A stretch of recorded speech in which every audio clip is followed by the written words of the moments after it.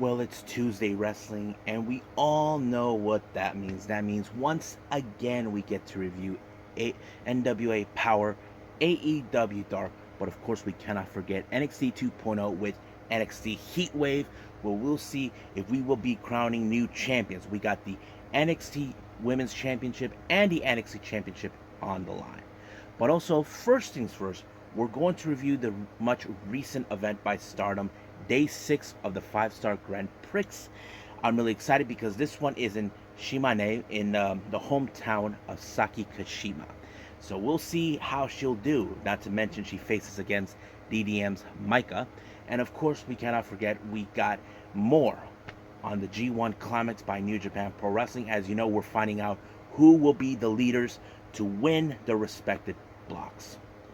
But also, we got some news updates that I'm willing to share what's been going on in the world of pro wrestling. So, let's get ready for another episode of the Deleted Wrestle Zone.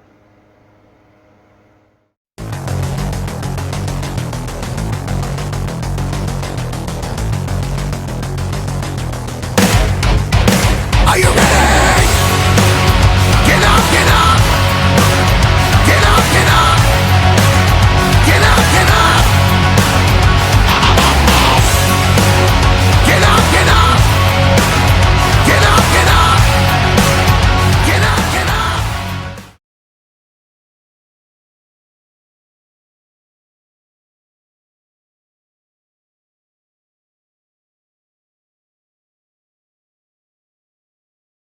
Welcome everybody to Deleted Wrestle Zone, all things that is pro wrestling with AEW, NXT, New Japan Pro Wrestling, Impact Wrestling, the National Wrestling Alliance, various promotions, wrestlers, matches, and championships. I am your host, Gerard here. So, let's begin with Day 6 of Stardom's 5-star Grand Prix. This time they're in Shimane. I believe this is the hometown of Saki Kashima. According to her, this is the first time in 3 years they've been in her hometown. I mean, it kind of sucks. I mean, I don't know why they have to wait 3 years for this, but that's how it works. But anyway, as you know, we are now in Day 6. This one took place on the 13th, this past weekend. So let's see what happened. Our first match was not part of the tournament, but we had a very 4-way tag team match. Our first team, we have God's Eye, Ami Sodi, and Mirai versus DDM's Himeka and Julia versus Queen's Quest, Lady C, and Utami Hashida versus a very unlikely duo, and I don't know if they can get along, Unagi Sayaka and the Bear Koguma. Now, you can guess right away in this particular match. Now, once again, Unagi got in the bad end of a kick. This is not the first time it happened, but it did. But I knew for a fact there was no way Koguma and Unagi were going to, we're going to get along. But however, Lady C was the one who ended up being taken out by Himeka by a pinfall. Now keep in mind, Himeka and Lady C do go way back from last year.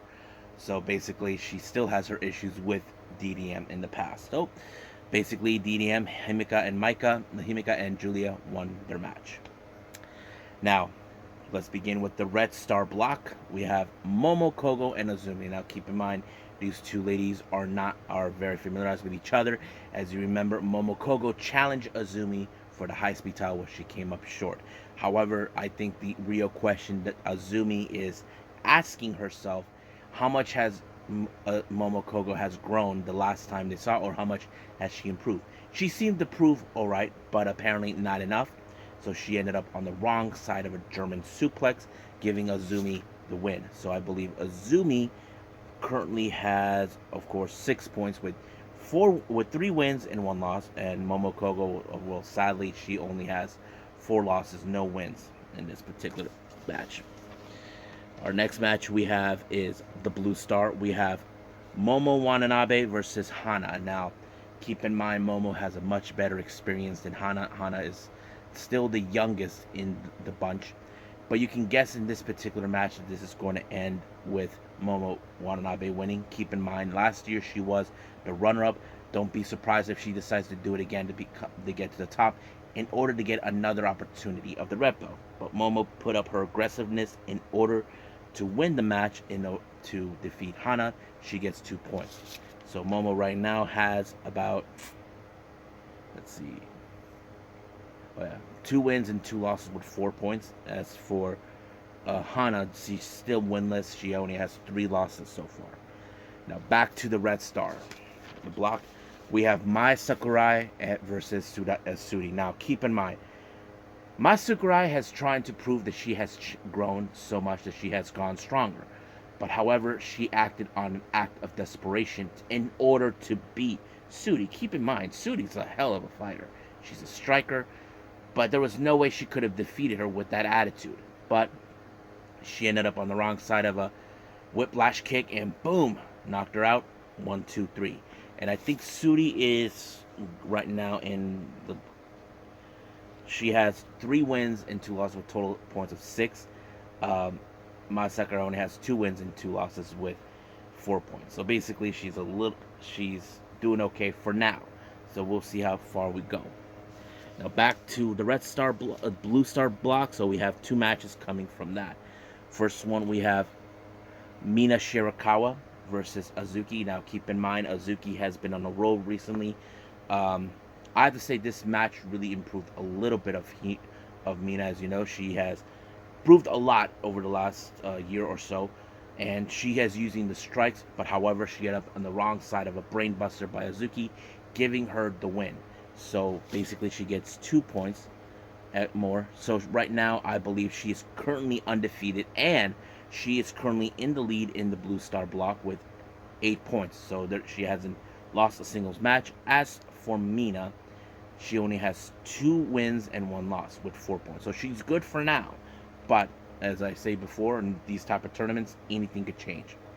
Now, speaking of Cosmic Angels, Mina's teammate Natsupoi once again get into a match with, of course, her supposed new rival, Saya Kamitani. Now, you probably ask yourselves, why would I say that? These 2 ladies have one thing in common: Tam Nakano. Natsupoi was friends with Tam, and Saya Kamitani was a student.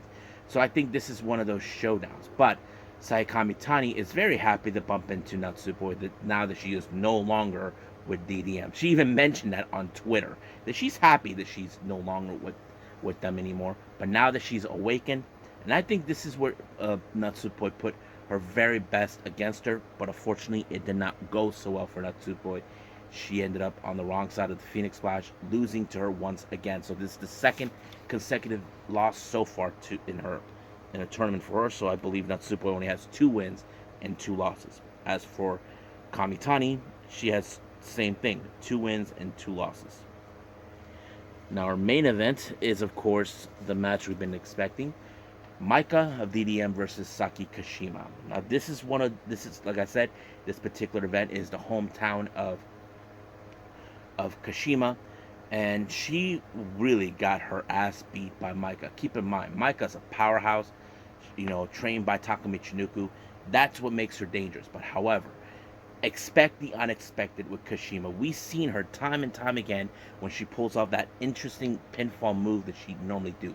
Because in the past, Maika's leader of DDM says that her move never works. It always works. But this time, Maika could not get out of it and gives her the opportunity to win. And I believe right now Maika has no wins. She only had 2 singles matches in the tournament, which was kind of strange. But Kashima, I believe she has only 2 losses and 1 win. So she has 2 points. So basically she's okay for now. But as I said before, anything can change from here on out before we get to the end. So, but Kashima gave out a pretty good promo saying that it's been 3 years since she's been home. She doesn't know when they will be able to come back, but hopefully they do come back. That's what she is hoping, but she's having her people to come by and see them wherever they get a chance. So that's pretty good. So it ended in that way. Now, I don't know when I'll see day 7. It already happened the following day. So hopefully I get to see it as soon as possible. But right now we'll just stick what we have, and let's move on with New Japan Pro Wrestling.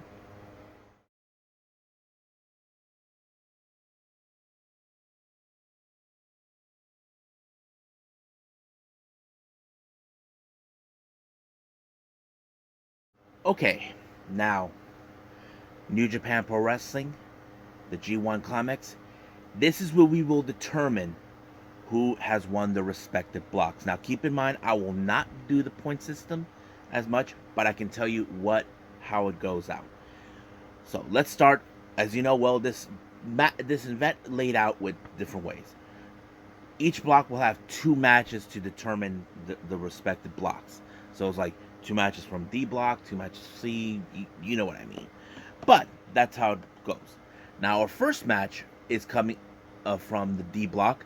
Juice Robinson versus Will Ospreay. Now, keep in mind, in this particular match, there's now a lot of heated rivalry between Juice Robinson and Will Ospreay. Now, Juice has been going out claiming that he is the real IWGP United States champion, while in records, according to the IWGP committee, that it's Will Ospreay. Now, Juice doesn't believe that, but Juice had to pull up every stop possible to put away Will Ospreay, to end him once and for all.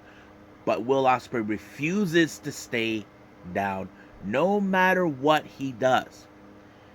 But, however, Will Ospreay had enough timing for him to blade out a hidden blade right in the face of Juice Robinson and giving him 1, 2, 3, it's done. So, but, however, Will Ospreay is the one who won the respective block. But, however, the next one is kind of like a determination. If the next match, we have El Phantasmo versus Shingo. Now, according to what the commentators and whoever came up with this idea said, if Shingo wins, we're going to have a draw. Now, this is a very unique match because, as you know, El Phantasmo, as much as he is like a overgrown child having a little fun, he pulled up all the stops as well. Now, we know Shingo, he is all-powerful no matter what he does. But I was a bit of surprised that El Phantasmo picked up the win. And so that means Will Ospreay will represent the D block. So that's a good thing to hear. So basically, it's already been decided. But however, his opponent is someone from the C block. And we'll get to that right now. Now, our first match, we have Hiroki Goto versus Evil. Now, we know Evil, as you know, he is not a happy camper either. He, in the other hand, attacked Hiroki Goto in every way possible. But, of course, there is the X Factor, which is Togo. And, of course, this was over with everything is all evil. Now, our next match, I have to say, these two guys have been back and forth on many occasions. We're talking about Zack Sabre Jr. and Tetsuya Naito. So because of that, I did not anticipate a whole lot with Naito, what he was going to do. He probably would have won this match by applying Destino, but he did not. He outsmarted Zack Sabre Jr. by rolling him up in 1, 2, 3. Even Zack Sabre was beside himself. Now, this match ended in a tie between Zack and Naito, but because of the win, it was already been decided that Naito will be representing the C block against Will Ospreay, and Zack was not a happy camper. But of course, Naito takes great pleasure taunting him, trying to have a little fun with him. Not like calling him a loser. It's like, hey, well, look what happened. But that's how he rolls. Now, our next match, we have the B block, Sonata versus Tomohiro Ishii. Now, this is a very interesting match because Tomohiro Ishii, as you know, he never wins the G1, but he finishes as much as possible. But Sonata, I have to say, he pulled off every stop possible to win the match, but it did not go in his way. He ended up in the brainbuster by Ishii, giving him the win. Now, this next match, I have to say, this is a long time coming, or should I say, 6 months in the making. Tama Tonga versus the Catalyst, Jay White of the Bullet Club. Keep in mind, Jay White was the one who excommunicated Tama in this particular match. I have to say it was a pretty good darn match because it showed Tama, who is now no longer with Bullet Club, he is now trying to find himself again. Basically, like many other people, I've seen this in many faction stories where who are you when you're kicked out? But Tama was able to pull it up.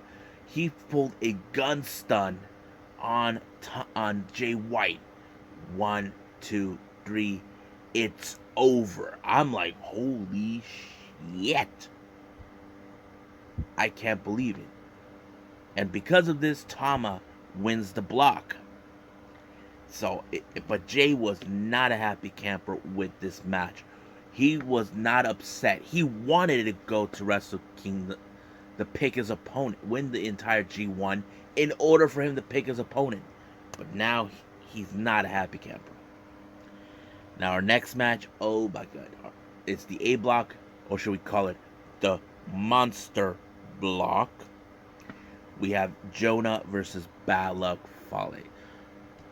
This is one of those matches where we've seen some. Now, keep in mind, Jonah, ever since he made his New Japan debut in the G1, hasn't been pinned.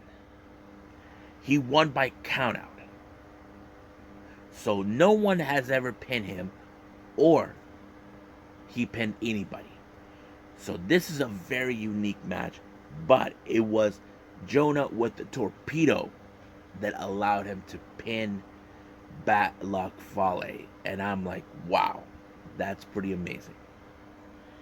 Now our next match, we have Lance Archer versus Kazuchika Okada. I have to say, Okada, he put himself in difficult situations. Now, in post-match comments, he did mention that Lance Archer has grown. He has developed a whole lot more better. And I think that put Okada in through the test, knowing, what if he's not the same guy you remember? And that's exactly what happened. But it took a rainmaker for him to pick up the win. But also he became the winner of the A block. So he will face Tama Tonga in the semifinals, which I'm excited to see. So we already have our respected block representatives. We have Okada from the A block, Tama from B block, Naito from C block, and of course Ospreay from D block. So I can't wait to see what took place in the semifinals. But at this point, we'll do that some other time. But let's move on to our next review, and I believe that is NWA Powerrr.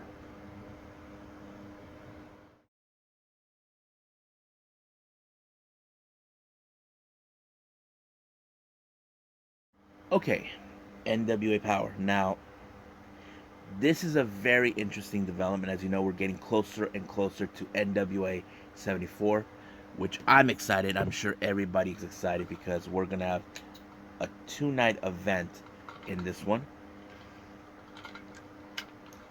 Now, we opened up with women's tag team.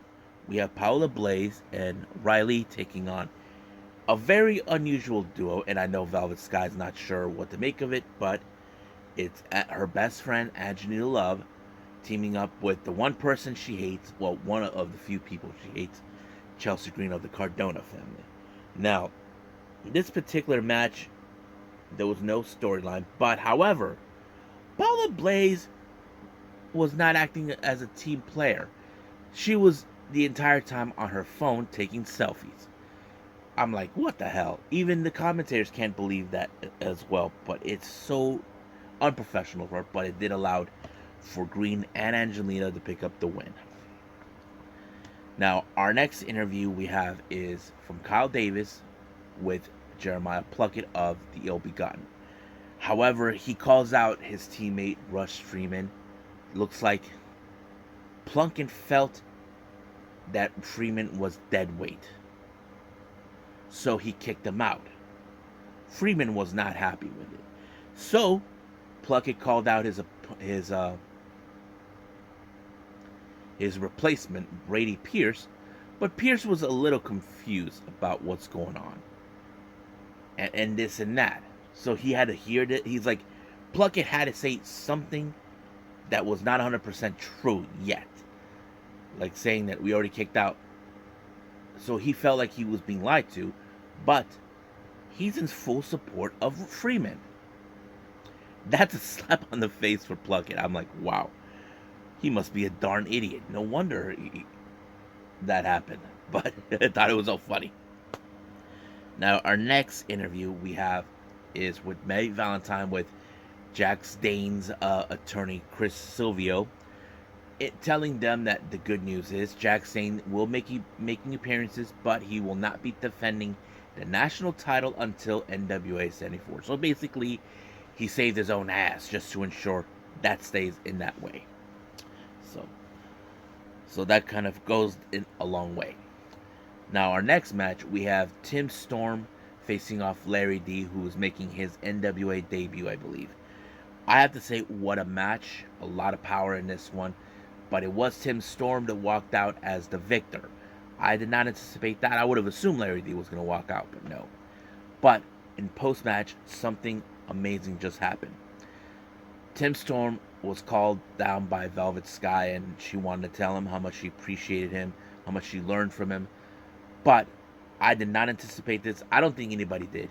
If you guys remember, Velvet Sky was part of the Champion Series as one of the coaches, and she won the Champion Series.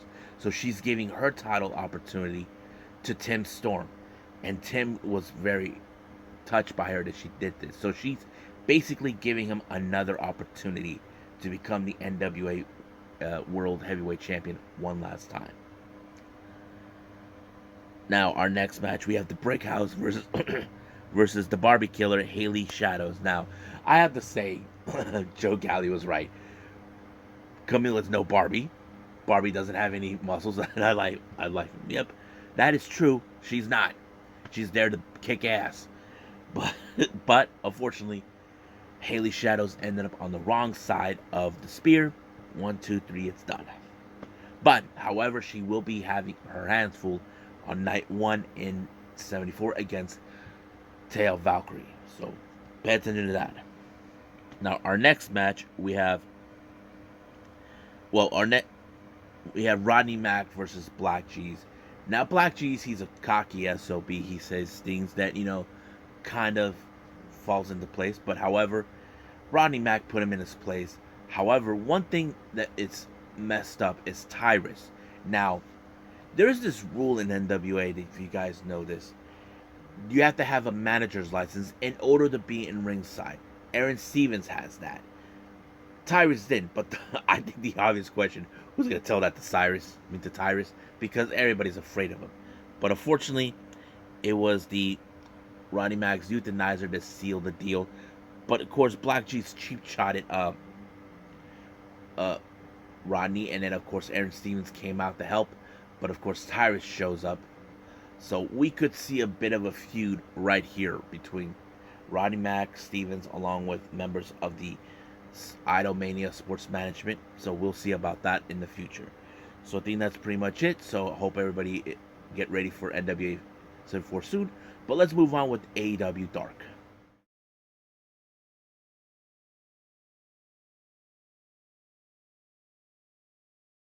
Okay, AEW Dark opened up with Fuego del Sol versus Ari Daivari. Now, X Factor in this is the Trustbusters. Parker and Slim J were there. Now, of course, Slim J was going to interfere in many occasions, but however, the match ended with Ari Daivari picking up the win. But of course, Trustbusters are saying that their stock has been raising high as always because they won their matches.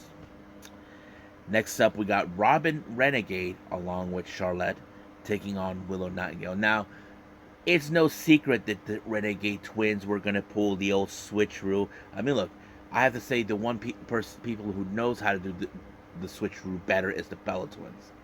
So basically, I don't think the ref caught on to it, but Robin actually lost thanks to Charlotte because Charlotte took her spot. They thought it was going to be over, but no. But yeah, it was it was really funny. Next up, we got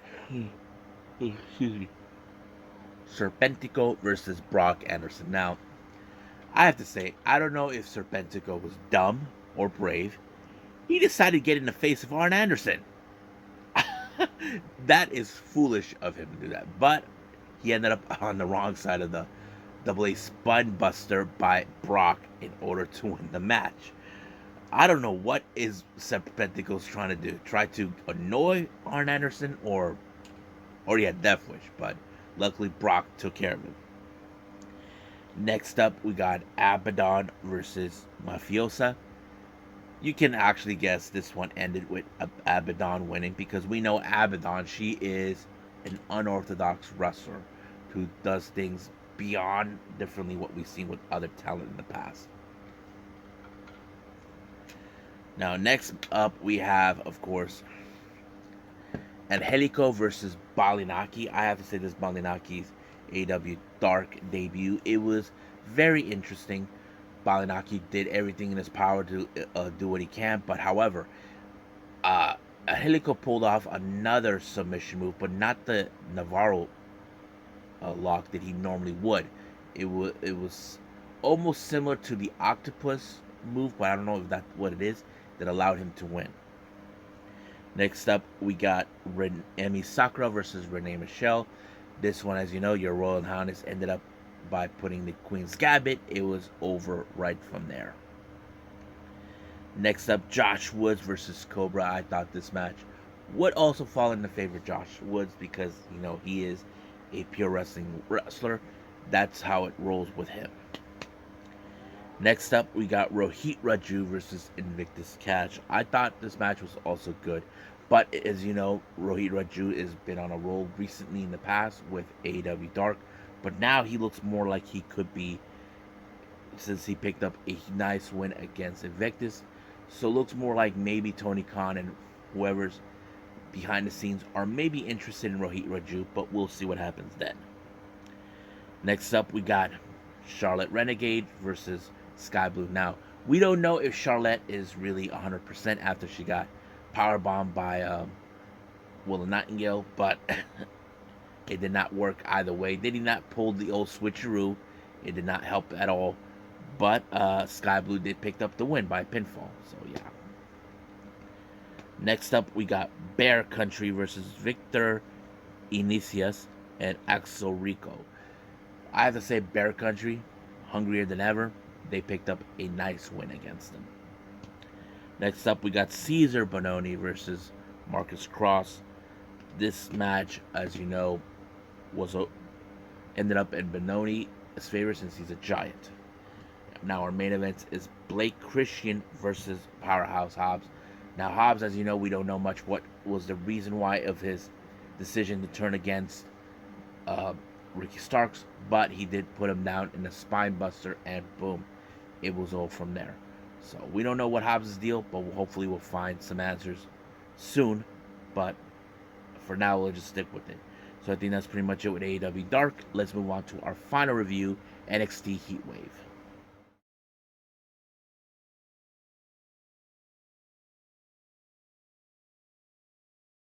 NXT Heatwave opened up with the North American Championship on the line between Giovanni Vinci and Carmelo Hayes. I thought this match was pretty good because it showed how much Carmelo Hayes is a champion, but however, Giovanni believes you're no A champion, you know, so he thinks otherwise.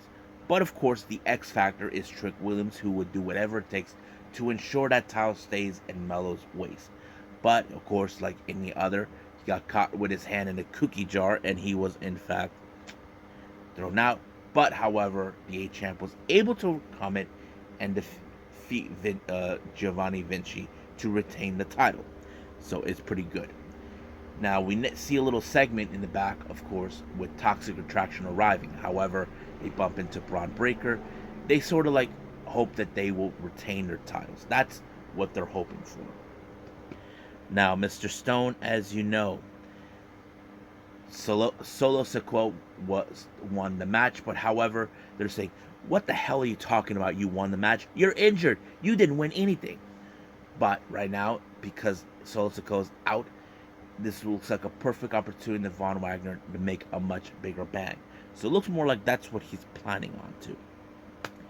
Now, we do see a little in-stage promo with Diamond Mine. Now, recently, Diamond Mine began to doubt their fearless leader, Roderick Strong, on his erratic behavior, how he's been acting up, not only with Diamond Mine, but everyone. But last week, we saw a video segment where, of course, Brutus and Julius were, in fact, reviewing the 8-man tag match that, of course, Apollo Crews told them to look into it. So they weren't sure what they saw, but of course, Julius showed them that, of course, that there was a possibility that Roderick Strong was in cahoots um, with Tony D'Angelo. So that kind of goes in its own way. But however, of course, now it appears that this could be settled between both Strong and Julius Creed. But before anything could be proceeded, we just saw the shocking appearance of the Gallus Boys from NXT UK.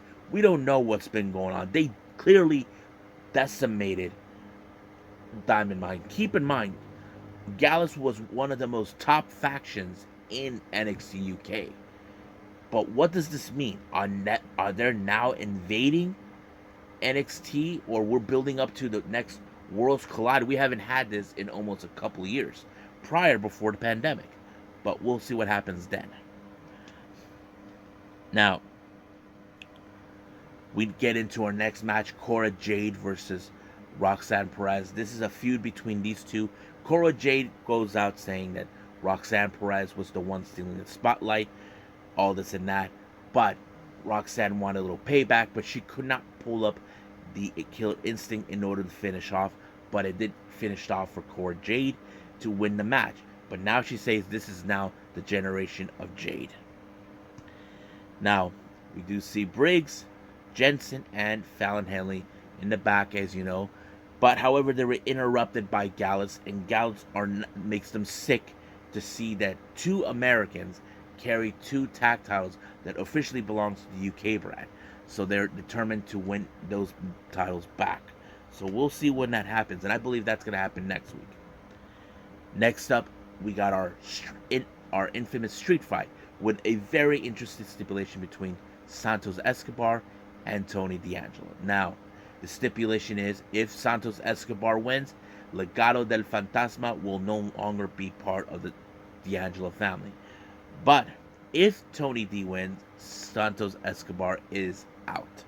This match was brutal. It was like out of nowhere. Of course, we saw interference from both sides, helpers, not to mention, I did not anticipate a whole lot. But this was a very unusual thing for me because I did not anticipate the outcome a lot. I would have assumed that Santos would walk out as victor and free Legado from Tony D, but unfortunately it did not.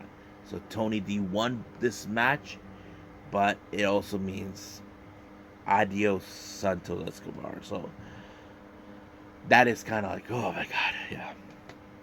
Now, our next segment, we see Indy Hartwell talking to our newly crowned NXT Women's Tag Champs. And by the time she was done with them, she gets a little letter from someone we know. We're talking about Dexter. But we saw another surprising, shocking appearance coming from NXT UK. And that is Blair Davenport. And she's declaring herself the next NXT Women's Champion. Now, I don't know what's going on about that, but I'll explain a little later about it. Now, our next match is the NXT Women's Championship, Zoe Starks versus Mandy Rose. I have to say this was a pretty good darn match because it showed how Zoe Starks really wants it. Mandy Rose is trying to prove that no one is on her level. But, unfortunately, Toxic Attraction members Gigi Dolan and Jay-Z Jane got caught with the cookie in the jar, their hand in the cookie jar, got forced out. But Mandy Rose made a number on Zoe Starks' knee, but Zoe Starks, who's a real trooper, hold on as much as possible until finally she could not go on any further, but knocked out by Mandy Rose to retain the title. But however, we don't know who will be the next champion. To be honest with you, I felt like this title should have been exchanged already. I'm getting sick and tired of keeping Mandy around.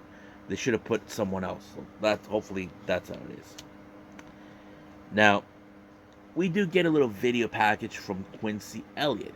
Now, if you guys ever seen this guy, he's been mostly appearing at NXT Level Up. Looks like he's been pull up an impression. Looks more like we will see him more often in NXT. I can't wait to see what he's gonna do and what kind of flavor he's gonna add into the brand. Now, our next and final interview we have is with Grayson Waller, who thinks that he can beat Apollo Crews and all this, and he's saying that he's here to take everybody's job, but nobody believes him. He thinks that he knows what he's talking about, but he is determined to, of course, beat him out of his own game. But we'll see about that. Now, our main event is the NXT Championship. JD McDonough and Braun Breaker. Man, this match was insane. Like, no matter how far Braun Breaker tries to bring him down, it's like nothing is keeping McDonough down. Like, he's possessed in every way. I think that tells us he's not going to go away quietly, because you always hear that phrase, never bet against the Irish Ace. But, however, did he bet it on himself, knowing that he could actually walk out, or is it the possibility that he underestimated Braun Breaker? Well, it looks like he did underestimate him. He did not anticipate everything he was going to do, but it did allow him to win the match. Braun Breaker retained the title. But once again, the NXT UK appearances doesn't end there. Now, we saw Tyler Bate with the NXT UK Championship. So this is what people are talking about that. So it's going to be interesting. Champion versus champion. Now, let's talk a little bit right here on this part about what we just witnessed with the NXT UK wrestlers making their appearance. There has been talk about that before, but spoil alert, as you know, we have been watching the NXT UK Championship tournament. And now we're saying that Tyler Bate is the champion. Rather interesting. But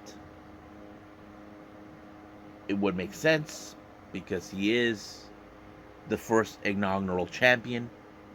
But I don't know if that was wise to spoil it for all of us. I don't know. But what does this thing with NXT UK is about?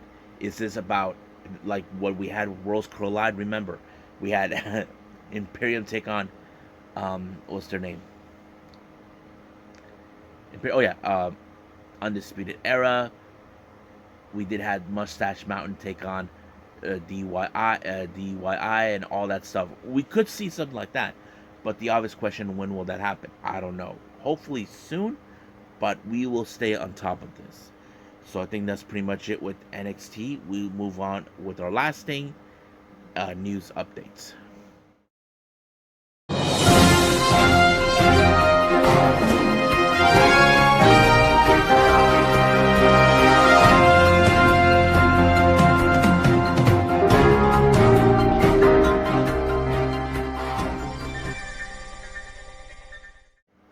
For all New Japan fans out there, you may or may not have heard a recent upcoming event that will be taking place early October, Royal Quest 2. Now, some of you may ask, what is Royal Quest 1? We haven't seen it. It happened before, but you can get to see that only on the NJPW On Demand. It's been about maybe 2-3 years that we've seen that. The main event, I remember that one was Okada versus Suzuki. It's still unclear about the card, but the event will take place October 1st and October 2nd at the Crystal Palace Indoor Arena in London. Now, relation to New Japan Pro Wrestling, there's been talks and plans about bringing AEW talent to Wrestle Kingdom 17. Now, this is huge. Now, for all you guys who are new to this, you ask yourself, what the hell is Wrestle Kingdom? This is New Japan's version of WrestleMania. Now, this event only happens at the start of the new year, like around the 4th of January. This is one of the biggest events ever. It's always at the Tokyo Dome and nowhere else. Same place. Unlike WrestleMania, seated in other locations. But Wrestle Kingdom always at the Tokyo Dome. So we still don't know yet about it, about who will be going there. I'm sure everybody has their wish list coming up, but we'll see.